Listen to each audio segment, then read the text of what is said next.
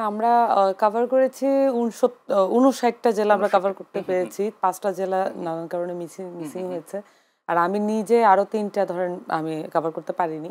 আর তাহলে আমার যেটা মনে হয়েছে যে এইটা একজন পলিটিশিয়ানের জন্য মানে অত্যন্ত জরুরি যে বাংলাদেশের পুরো চিত্রটা তার সামনে তুলে ধরা থাকা, তার কাছে থাকা এবং আমরা যখন একটা জেলা থেকে আরেকটা জেলায় যাত্রা করছি এটার কিন্তু একটা গ্র্যাজুয়াল চেঞ্জ আছে।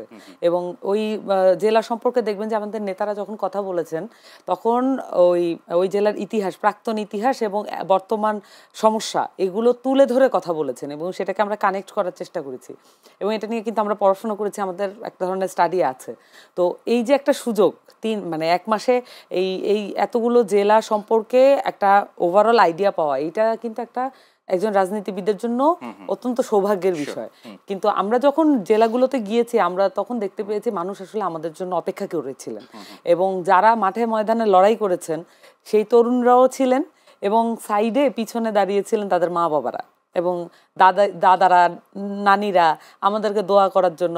আমরা তো স্টেজ থেকে অনেক সময় চলে গেছি সরাসরি, কিন্তু আমাদের কারো সুযোগ হয়েছে স্টেজের পিছনে গিয়ে তাদের সাথে কথা বলার। আমরা দেখেছি ছোট ছোট বাচ্চারা যারা ভিড়ের মধ্যে ভিতরে ঢুকতে পারছে না, তারা আমাদেরকে দেখার জন্য অপেক্ষা করেছিলেন। দেখার জন্য শুধু না, তাদের যে আমাদের প্রতি ভরসাটা আছে একবার শুধু বলার জন্য যে তোমরা আগায় যাও, এটা থামানো যাবে না। একজন আন্টি আসছেন, উনি চকলেট নিয়ে আসছেন 2 বক্স, যে তোমরা চকলেট, মানে ওনাদের কাছে আসলে কিন্তু আমরা সন্তান, ওনাদের কাছে আমরা একদমই পিওর, মানে এখানে কোনো ইমোশনের কোনো ঘাটতি নাই, তাদের ওইখানে কোনো ধরনের এমন স্বার্থের জায়গা নাই। ওনারা আমাদের কাছে এতটুকুই চান যাতে আমরা সতের পথে থাকি, ন্যায়ের পথে থাকি, আমরা যাতে অন্যায়ের পথে না যাই এবং বাংলাদেশের যে সিস্টেম এই সিস্টেমের মধ্যে যাতে আমরা না ভাসাই। ওনারা যে এইটুকু চান, এই বার্তাটুকু আমাদেরকে দিতে আসছেন এবং 64 জেলার কাহিনী এরকমই। তো আমার কাছে যেটা মনে হয়েছে যে ওনাদের অনেক আশা আকাঙ্ক্ষা আছে, আমাদেরও অনেক আরও এঙ্গেজমেন্টের ইচ্ছা ছিল। আমরা অনেকগুলো জাতিগোষ্ঠী, অনেকগুলা কমিউনিটির সাথে আলাপ করেছি, আলাদা আলাদা কমিউনিটি যেটা বিশেষভাবে বিভিন্ন এলাকায় থাকে, সব এলাকার সিনারিও একরকম না।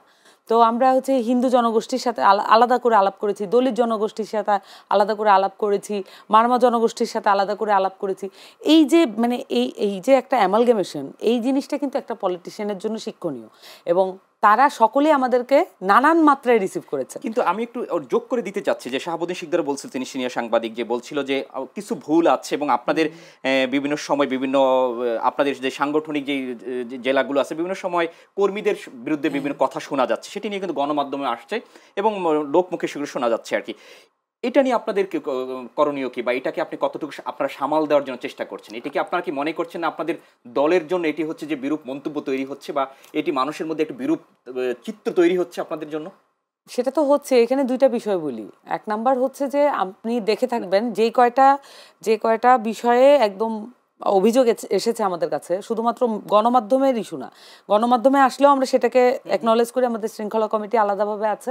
কিন্তু এমন বিষয় যেগুলো গণমাধ্যমে আসেনি কিন্তু আমাদের ভিতরেই আসছে, সেগুলোকে প্রত্যেকটা বিষয়ে আমাদের ব্যবস্থা নেওয়া হয়েছে, প্রত্যেকটা বিষয়ে দ্রুততম সময়ে সাংগঠনিক ব্যবস্থা নেওয়া হয়েছে এবং আমাদের যে সাংগঠনিক শৃঙ্খলা সিস্টেম এটা অত্যন্ত ইনট্যাক্ট। এবং আপনারা স্যার যেই কথাটা উল্লেখ করেছেন যে 4 জন কেন গেল, এই বিষয়ে কিন্তু ওনারা আমাদের অনেক সিনিয়র নেতৃবৃন্দ এবং বাংলাদেশের সবচাইতে জনপ্রিয় মুখগুলো, কিন্তু সেই ক্ষেত্রে কিন্তু আমরা কোনো ধরনের কার্পণ্য করি নাই যে সিনিয়র নেতা বলে আমরা তাদেরকে ছাড় দিব। সেক্ষেত্রে নাহিদ ইসলামও ছাড় পাবে না, আমিও ছাড় পাবো না, এবং আমাদের দলের যে সদস্য এবং থানা কমিটির যে সদস্য সেও ছাড় পাবে না। সকলের জন্য নিয়ম একই, যদি অন্যায় করে প্রমাণ সাপেক্ষে তার বিরুদ্ধে ব্যবস্থা নেওয়া হবে।